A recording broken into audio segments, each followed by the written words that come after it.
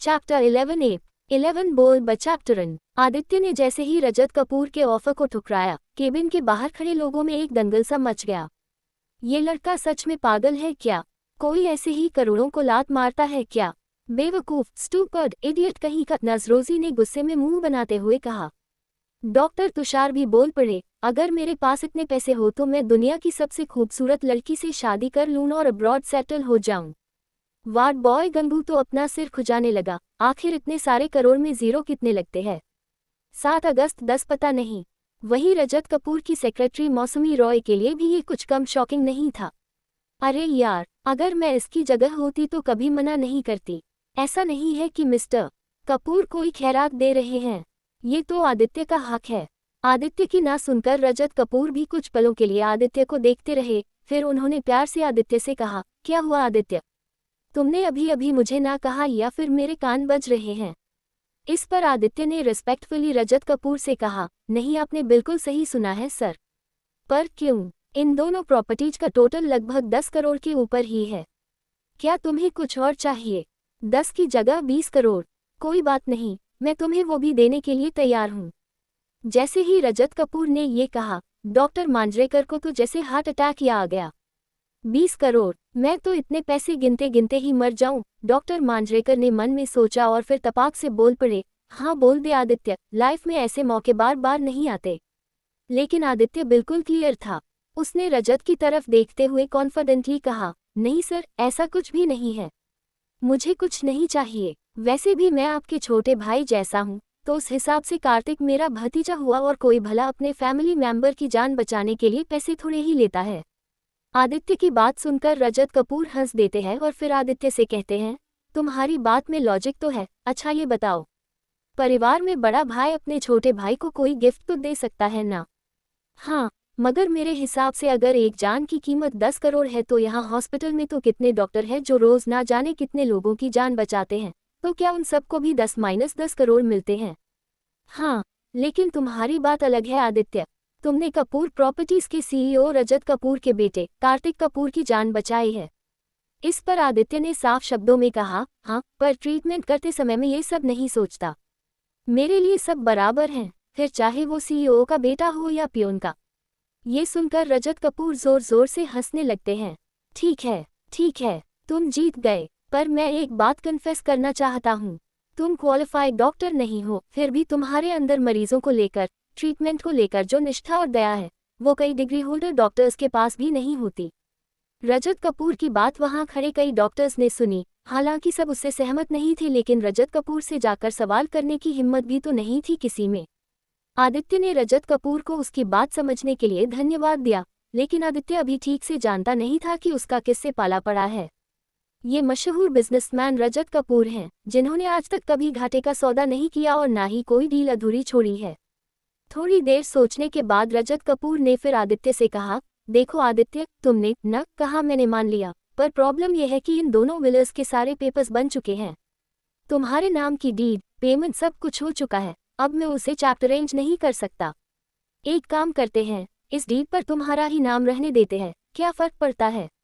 और वैसे भी कपूर फैमिली की परंपरा है, एक बार अगर कोई चीज किसी के नाम कर दी तो उसे वापस नहीं लेते, और अब तो तुम भी हमारे परिवार का ही हिस्सा हो, सो आई होप तुम भी इस ट्रेडिशन को ब्रेक नहीं करोगे। ठीक है, मैं समझ गया कि आपसे जीतना नामुमकिन है, पर सच में मैं ये विलर्स नहीं रखना चाहता। तो क्या ऐसा हो सकता है कि मैं कपूर प्रॉपर्टीज को ये विलर्स इन्वेस्टमेंट के तौर पर दे दूं? आदित्य ने हार मानते हुए एक आखिरी कोशिश की। आदित्य की बात सुनकर रजत कपूर के चेहरे पर चमक आ गई। हाँ, तुम्हें टेंशन लेने की जरूरत नहीं है, सब मैनेज हो जाएगा। इतना कहकर रजत ने मौसमी को अपने पास बुलाया और कहा, मौसमी, ये फैमिली मैटर है तो ध्यान रहे कोई मिस्टेक न हो। आदित्य का फोन नंबर ले लो और अपना नंबर उन्हें दे दो, ताकि आगे चलकर कोऑर्डिनेट करने में कोई प्रॉब्लम ना हो। मौसमी ने हाँ में सिर हिलाया और आगे बढ़कर आदित्य से उसका नंबर ले लिया। फिर जब आदित्य मौसमी का नंबर नोट कर रहा था तो मौसमी ने देखा कि आदित्य ने उसके नाम की स्पेलिंग गलत लिख दी है। तो मौसमी ने उसे टोकते हुए कहा, नहीं मिस्टर आदित्य, मौसमी नहीं, मौसमी, मौसमी रॉय, गीतांजलि घाट। गीतांजलि घाट का नाम सुनते ही आदित्य को लगा कि ये तो जाना पहचाना नाम है। हाँ, याद आ गया, कभी बोमन दास गीतांजलि घाट से ही थे ना। ये सुनकर मौसमी ने अपनी निरस आवाज में कहा, बोमनदास नहीं बोमंदा। हाँ हाँ, बोमंदा, उनकी कई कविताएं पढ़ी हैं मैंने। इतना कहते कहते आदित्य ने अचानक मौसमी का हाथ पकड़ लिया, जो मौसमी ने भी नोटिस किया, लेकिन फिर वो समझ गई कि आदित्य ने किसी खराब इंटेंशन से उसका हाथ नहीं पकड़ा था, इसलिए उसने कोई रिएक्शन नहीं दिया। वही जैसे ही आदित्य ने मौसमी का हाथ पकड़ा, उसने सोचा, ये तो उसी परफ्यूम की खुशबू है जो तानिया यूज करती है। आदित्य को सोच में डूबा देख मौसमी ने फौरन उससे कहा, मिस्टर आदित्य, मेरा हाथ। ये सुनकर आदित्य ने झट से मौसमी का हाथ छोड़ते हुए कहा, ओह आई एम सॉरी। आदित्य को एहसास होता है कि मौसमी जितनी सुंदर दिखती है उतनी ही नीरस है, हो सकता है ये उसकी जॉब का एक हिस्सा हो। अभी आदित्य ये सोच ही रहा था कि अचानक बाहर से शोर की आवाज आने लगी। किसी के जोर जोर से हंसने की आवाज के साथ ही एक भारी आवाज भी सुनाई दी। सभी का ध्यान उस आवाज की तरफ गया। कार्तिक वापस आ गया ना? मैंने तो पहले ही बोला था, देखा मेरे मंत्र का कमाल। करीबन 55 साल का एक बुजुर्ग, जिसका गेहुआ रंग, घनी काली भुहें और लंबे बाल थे, वो डॉक्टर राठी के केबिन की तरफ आ रहा था। इस उम्र में भी उनसे फूले हुए गाल और दमकती त्वचा देखकर कोई भी जवान शर्मिंदा हो जाए। उस बुजुर्ग को देखकर डॉक्टर तुषार का शरीर अचानक से कांपने लगा और उसके चेहरे के एक्सप्रेशंस बदल गए। ये मुझे ठंड क्यों लग रही है? डॉक्टर तुषार की हालत देखकर नर्स रोजी ने पूछा, डॉक्टर क्या आप इन्हें जानते हैं? तो डॉक्टर तुषार ने जवाब दिया, नहीं, लेकिन जिस तरह ये कार्तिक के बारे में बात कर रहे हैं, उससे तो लगता है या तो ये फैमिली मेंबर है या फिर कोई क्लोज फैमिली फ्रेंड। इतनी देर में वो बुजुर्ग डॉक्टर राठी के केबिन के अंदर चले जाते हैं। उनके अंदर आते ही केबिन का माहौल बदल जाता है और उस बुजुर्ग को अपने सामने देखकर डॉक्टर राठी चौंक उठते हैं। त्रिकाल ज्ञानी रुद्रांश देव यहाँ? क्या सोच रहे हो अर्जुन? मैं यहाँ कैसे? यही ना? जी। डॉक्टर राठी अभी अपने आप को संभाल नहीं पाए थे, क्योंकि त्रिकाल ज्ञानी रुद्रांश देव पब्लिक प्लेसेस पर बहुत कम दिखाई देते थे। आना पड़ा। रजत, मैंने कहा था ना, कार्तिक पर महामृत्युंजय महाराज की कृपा दृष्टि है, वो मृत्यु को भी मात देकर वापस आएगा। और देखो, वैसा ही हुआ, रुद्रांश देव ने एक्साइटेड होकर कहा। आपने जैसा कहा था, सब वैसा ही हुआ रुद्रांश देव। इतना कहकर रजत ने रुद्रांश देव के पैर छुए और फिर उन्होंने आदित्य को उनके पास आने का इशारा किया। आदित्य जैसे ही आगे बढ़ा, रजत कपूर बोले, आदित्य, ये हमारे रुद्रांश देव है। अगर आज तुम कार्तिक को वापस ला सके हो तो उसके पीछे इन्हीं का आशीर्वाद है। ये सब देखकर डॉक्टर राठी को अपनी आंखों पर विश्वास नहीं हो रहा था। मुझे नहीं पता था कि पूरी मॉल इंडस्ट्री खड़ी करने वाले रजत कपूर भी रुद्रांश देव को मानते हैं। और अगर रुद्रांश देव ने कहा था कि कार्तिक ठीक हो जाएगा और आदित्य ने कार्तिक को ठीक किया, तो क्या रुद्रांश देव और आदित्य का कोई कनेक्शन है? मुझे कुछ समझ नहीं आ रहा है। डॉक्टर राठी को सोच में डूबा देखकर डॉक्टर मांजरेकर ने कहा, मुझे भी कुछ समझ नहीं आ रहा है। आखिर ये रुद्रांश देव है कौन? रुद्रांश देव महान त्रिकाल ज्ञानी ज्योतिषी हैं। इस विद्या में इनका कोई सानी नहीं। डॉक्टर राठी की बात सुनकर डॉक्टर मांजरेकर की दिलचस्पी बढ़ने लगती है। अच्छा, तो क्या ये चेहरा पढ़कर भी लोगों का भविष्य बता सकते हैं? वो तो पता नहीं, पर हाँ, मैंने सुना है, इनसे एक टिप पाने के लिए औरतें अपना सब कुछ दांव पर लगाने को तैयार हो जाती हैं। ट्रेन में ट्रैवल करने वाले लोगों को इनके बारे में शायद ज्यादा कुछ नहीं पता, लेकिन जिनके पास अपने प्राइवेट जेट हैं, वो इनके दरबार में लाइन लगाकर जरूर खड़े रहते हैं। डॉक्टर राठी की बात सुनकर डॉक्टर मांजरेकर से सोचा, बाप रे, ये बाबा तो बड़ी तोप लगते हैं, पर मैं भी कहाँ कम हूँ। मैं इस मौके को अपने हाथ से जाने नहीं दूंगा।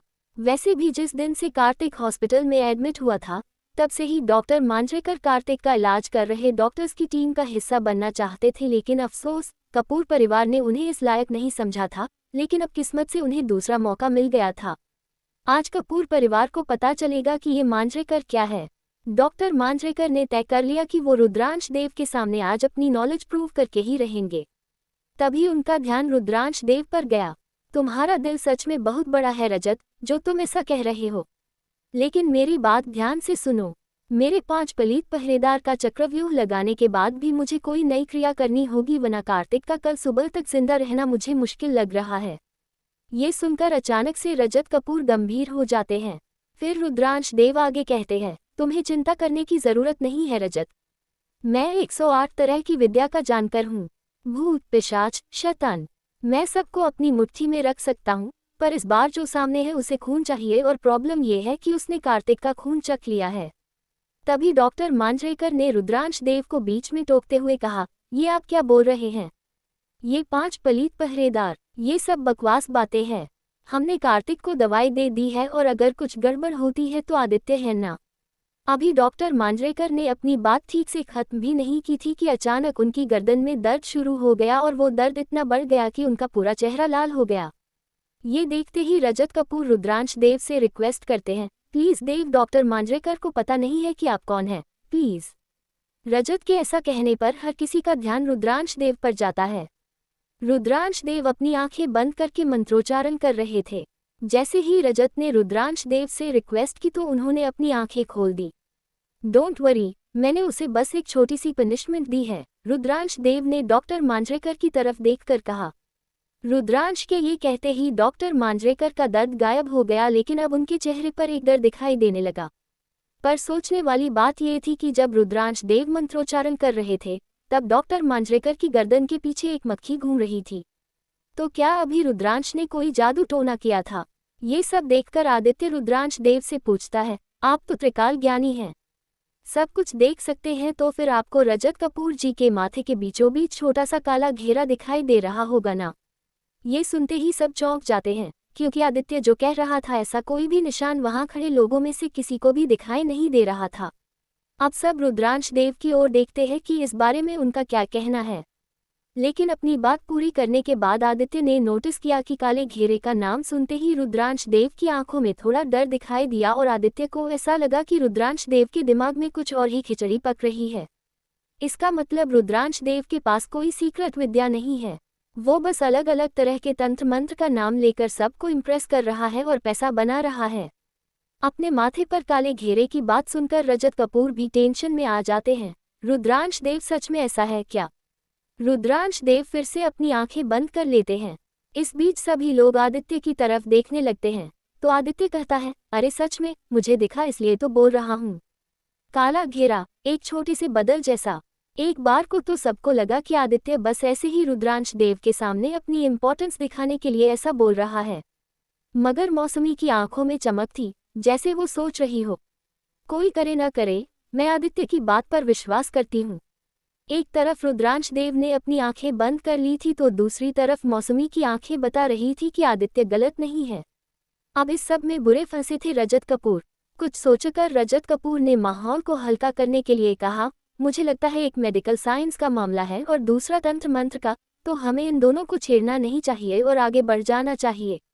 इसी बात का फायदा उठाते हुए रुद्रांश देव आदित्य के पास जाते हैं और आदित्य के कंधे पर अपना हाथ रखते हुए कहते हैं, मैं रजत की बात से सहमत हूँ। ज्योतिष और तंत्र मंत्र साथ में जाते हैं तो वो मैं संभाल लेता हूँ। तुम मेडिकल फील्ड की दुनिया में अपना लोहा मनवा लो, मेरा आशीर्वाद तुम्हारे साथ है। इतना कहकर रुद्रांश देव वहां से आगे बढ़ जाते हैं, पर तभी आदित्य के कंधे पर वही मक्खी नजर आती है जो अभी थोड़ी देर पहले डॉक्टर मांजरेकर के गले के आसपास घूम रही थी। तो क्या अब आदित्य होगा रुद्रांश देव के गुस्से का अगला शिकार? डॉक्टर मांजरेकर को तो रुद्रांश देव ने बस दर्द देकर छोड़ दिया था, पर जब बात उनका भेद खुलने पर आएगी तो क्या वो आदित्य को बख्शेंगे? और क्या करेगा अब आदित्य? उसे तो अंदाजा भी नहीं कि इस बार उसका पाला किससे पड़ा है। क्या आदित्य इस रुद्रांश देव नाम की मुसीबत से डील कर पाएगा?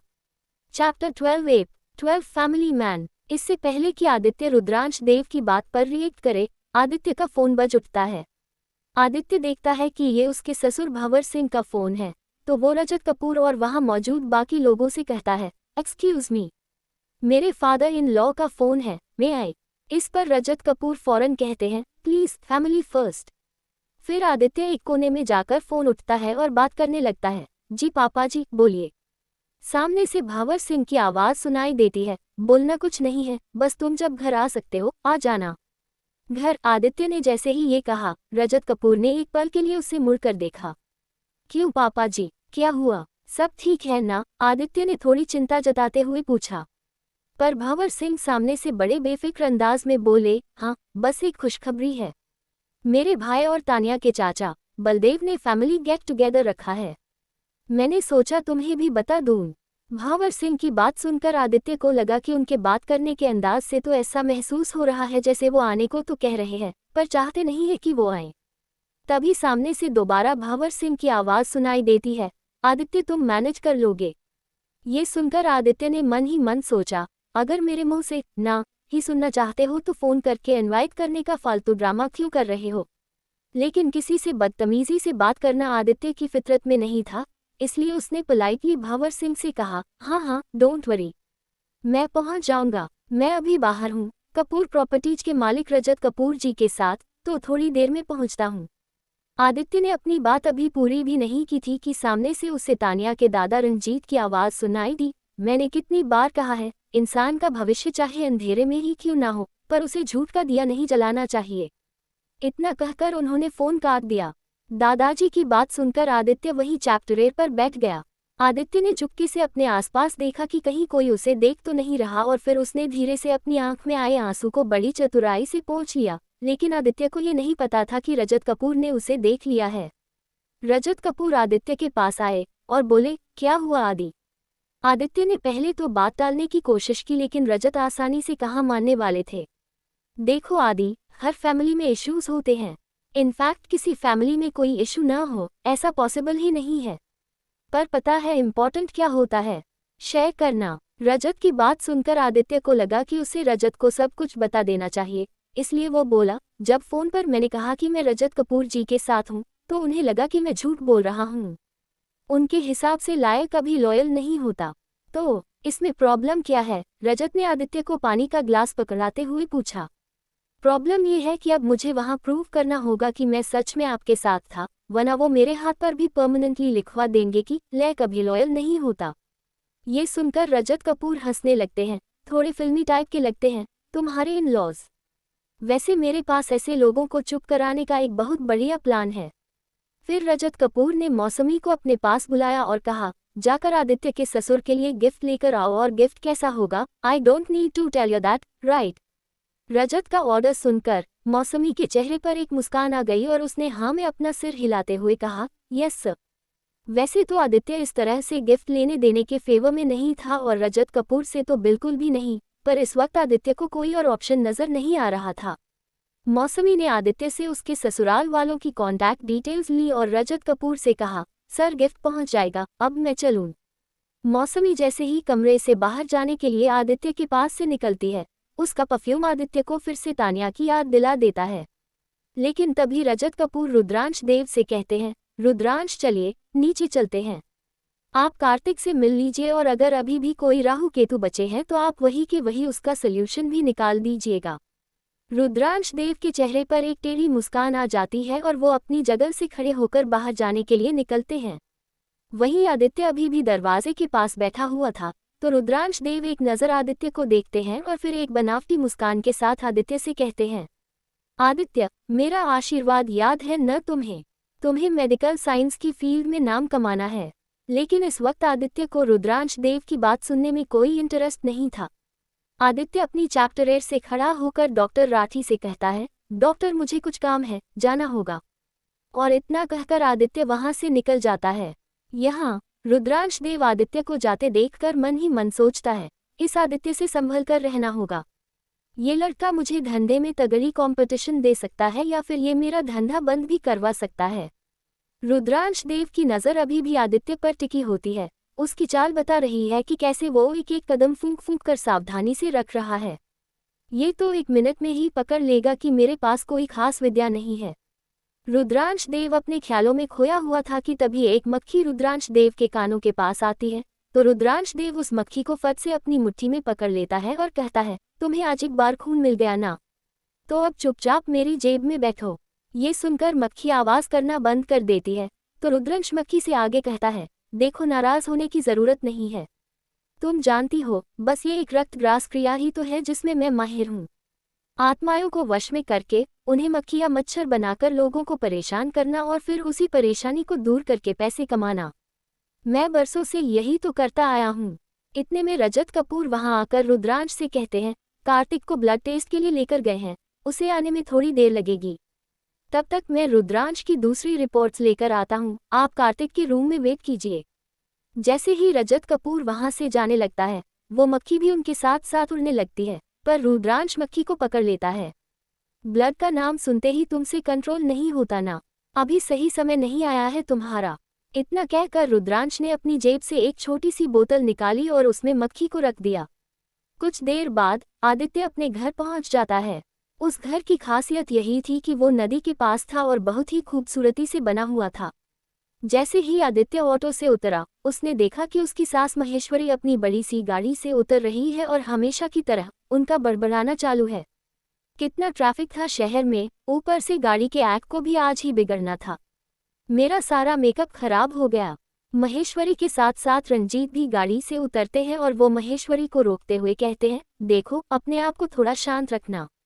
तानिया और आदित्य के डिवोर्स की बात अभी तक लोगों तक नहीं पहुंची है। उनके लिए आदित्य अभी भी हमारा दामाद ही है। इस पर महेश्वरी ने कहा, हाँ हाँ पता है। तो तुम ये बात धीरे भी बोल सकती हो ना, और अगर मन में बोलोगी तो और भी अच्छा होगा, रंजीत ने इरिटेट होकर कहा। ये सुनकर महेश्वरी अपना मुंह बना लेती है और आगे बढ़ जाती है। तभी उसकी नज़र आदित्य पर पड़ती है। आदित्य को देखकर महेश्वरी का बड़बड़ाना फिर से शुरू हो जाता है। ये सारी आपकी गलती है ससुर जी, आपकी जिद की वजह से आज तानिया की लाइफ में कोई चैप्टर नहीं बचा। फिर महेश्वरी ने आदित्य की ओर टेढ़ी निगाह से देखा और कहा, आपने जब तानिया की शादी की बात की थी तब आपने ये नहीं सोचा कि तानिया हमारे खानदान की बेटी है और ये फटीचर आदित्य बस आपके हेल्प का पोता। एहसान पैसे देकर भी तो चुकाया जा सकता था, बेटी देने की क्या जरूरत थी। इतना कहकर महेश्वरी घर के अंदर चली गई। गाड़ी पार्क करने के बाद भंवर सिंह भी वहां पहुंच जाते हैं और महेश्वरी की आवाज सुनकर कहते हैं, कितना बोलती है महेश्वरी। अपने बेटे की बात सुनकर रंजीत भी दुखी मन से हाँ में अपना सिर हिलाते हैं और कहते हैं, मुझे पता है भंवर, आदित्य पैसों के मामले में पीछे रह जाता है, पर वो दिल का बुरा नहीं है। मैं आपकी बात से सहमत हूँ, पर इंसान इस तरह बिना पैसे के कब तक सर्वाइव कर सकता है। आज के ज़माने में तो इंसान से पहले लोग उसके हाथ में पकड़े मोबाइल की कीमत आंकते हैं और हमने तानिया की शादी बिना कुछ देखे बस आपके कहने पर आदित्य से करवा दी, इसलिए प्लीज़ अब आप हमारे फैसले के खिलाफ कुछ मत बोलना। इतने में आदित्य भंवर सिंह के पास आकर कहता है, थैंक यू मुझे आज यहाँ बुलाने के लिए।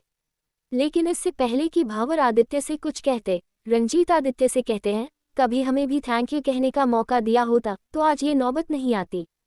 इस पर आदित्य कहता है, पर आप मेरी बात तो सुनिए दादाजी। क्या दादाजी, आज के दिन तुम मुझे जितना मस्का लगाना चाहो लगा लो, लेकिन तुम्हारे और तानिया की तलाक के बाद तुम मुझे कभी दादाजी कहकर नहीं बुला सकोगे। तुमने मुझे बहुत डिसअपॉइंट किया है आदित्य। इतना कहकर रंजीत और भंवर अंदर चले जाते हैं। वहीं आदित्य की आंखों में आंसू आ जाते हैं और वो चुपचाप अपना सिर नीचे कर लेता है। तभी वहां तानिया आ जाती है और एक मदहोश करने वाली महक आसपास फैल जाती है। आदित्य अपनी नजरें उठाकर देखता है तो सामने तानिया खड़ी होती है और तानिया को देखकर आदित्य की आंखें खुली की खुली रह जाती है। तानिया बेहद खूबसूरत लग रही थी। जैसे ही आदित्य तानिया के नजदीक जाता है, उसके मुंह से अचानक निकल जाता है, वही खुशबू। इस पर तानिया रूडली जवाब देती है, और वही तुम्हारी बिना इस्त्री की हुई शर्ट। फिर तानिया गुस्सा होकर आदित्य से आगे कहती है, तुम ऐसा कैसे कर सकते हो आदित्य? तुम जानते थे कि आज मेरे अंकल आने वाले हैं, फैमिली डिनर है, फिर भी तुमने ऐसे कपड़े पहने हुए हैं। तानी, मैं क्या करूं? पिछले कुछ दिनों से मैं बहुत बिजी था, मुझे टाइम ही नहीं मिला, आदित्य ने तानिया को शांत करने के लिए कहा। ये सुनकर तानिया ने ताना मारते हुए कहा, हाँ हाँ मुझे पता है तुम बहुत बिजी रहते हो, इसलिए तुम्हारे लिए मैं नए कपड़े लेकर आई हूँ। जल्दी से चैप्टर अरेंज करके आ जाओ तो तुम मेरे साथ चलने के लायक दिखोगे। इतना कहकर तानिया घर के अंदर चली जाती है। आदित्य को तानिया की ये बात चुभ जाती है। तानिया इस तरह आदित्य से बात करेगी, ये आदित्य ने कभी सोचा भी नहीं था। हमेशा हंसने वाली तानिया, आदित्य को संभालने वाली तानिया, बचपन से दोस्ती निभाने वाली तानिया, लेकिन आज ये सब सोचकर आदित्य अचानक बोल पड़ता है, तुम कितनी बदल गई हो तानी। तभी आदित्य को एहसास हुआ कि कहीं किसी ने उसकी बात सुन तो नहीं ली और आदित्य ने अपने आसपास देखा। वहां किसी को ना पाकर आदित्य ने चैन की सांस ली और कपड़े बदलने चला गया। जब तक आदित्य कपड़े बदल कर आया, उसने देखा सब लोग जाने के लिए तैयार हो चुके थे। आदित्य ने तानिया के पास जाकर पूछा, कैसा लग रहा हूँ? पर तानिया ने इसका कोई जवाब नहीं दिया। उल्टा आदित्य से पूछा, कपड़े बदलने में कितना टाइम लगाते हो आदि? सबको देर करा दी, अब और टाइम वेस्ट मत करो। आदित्य निराश होकर चुपचाप बाहर आ जाता है और जैसे ही वो कार में बैठने की कोशिश करता है, भंवर सिंह उसे रोक देते हैं। आदित्य प्लान में थोड़ा चैप्टर रेंज है, तुम पैदल या ऑटो लेकर होटल आ जाना, वैसे भी गाड़ी में जगह नहीं है। ये सुनकर आदित्य हैरान हो जाता है और कुछ देर कार का दरवाज़ा पकड़े वहीं खड़ा रह जाता है। इतने में तानिया आकर चुपचाप कार में बैठ जाती है। फिर आदित्य धीरे से कार का दरवाज़ा बंद कर देता है और पीछे हट जाता है। पर सवाल ये था कि क्या सच में यहाँ से आदित्य के अकेले चलने की शुरुआत हो जाएगी। वहीं दूसरी तरफ कार्तिक के वीआईपी वार्ड में पहुंचकर रुद्रांश देव ने देखा कि वहां पर एक छोटा सा रीडिंग एरिया भी बनाया गया है। रुद्रांश देव ने जाकर वहां रखी कुछ किताबों को टटोलना शुरू किया। भारत के मंदिर, भारत की सीक्रेट्स, भारत की लुप्त हो चुकी विद्याएं। ये आखिरी किताब रुद्रांश देव को इंटरेस्टिंग लगती है, ये कुछ अलग लग रही है। इसके बाद रुद्रांश देव उस किताब को पढ़ना शुरू करता है। लिखा है बुरी आत्माओं से लड़ने का, उन्हें वश में करने का, रूप बदलने वाली क्रिया। पता नहीं कैसे एक दिन सब अचानक से लुप्त हो गया। सच ही तो है, रुद्रांश देव ने एक गहरी सांस लेते हुए कहा और किताब बंद कर दी। मैंने भी तो इत्तेफाक से ही रक्तग्रास क्रिया सीखी थी। इतने में रुद्रांश देव की जेब में रखी बोतल में से दोबारा मक्खी की आवाज़ आती है और रुद्रांश देव जेब में रखी बोतल पर हाथ मारते हुए कहता है, कहा ना, अभी नहीं, सही समय आने दो। रुद्रांश की बात सुनकर मक्खी तो चुप हो जाती है, पर रुद्रांश का दिमाग अभी भी शांत होने को तैयार ही नहीं था। इस आदित्य के पास मरे हुए लोगों को दोबारा जिंदा करने की दवाई है। अगर ये बात हॉस्पिटल के बाहर फैल गई तो फिर मेरे पास कौन आएगा? कोई नहीं। रुद्रांश के इतना कहते ही फिर से मक्खी ने आवाज़ करना शुरू कर दिया और रुद्रांश देव अपना आपा खो बैठा। उसने बोतल में से मक्खी को निकाल कर कहा, आज तो खत्म ही कर देता हूँ तुम्हें। और तभी रुद्रांश के दिमाग में एक आइडिया आया और वो हंसने लगा। फिर उसने खुद से कहा, हाँ, मैं क्यों डर रहा हूँ? मेरे जैसा खतरनाक खिलाड़ी आज तक कोई पैदा नहीं हुआ। इसके साथ ही रुद्रांश के चेहरे पर एक शातिर मुस्कान आ जाती है। तो अब क्या होगा रुद्रांश देव का अगला कदम? क्या रुद्रांश सच में आदित्य को अपने रास्ते से हटा देगा, या फिर उससे पहले ही आदित्य रुद्रांश का पर्दाफाश कर देगा? और इतनी बेइज्जती के बाद क्या आदित्य का मन बदल जाएगा और वो रजत कपूर से मदद लेने के लिए तैयार हो जाएगा? आखिर रजत कपूर ने क्या गिफ्ट प्लान किया है आदित्य के ससुर के लिए?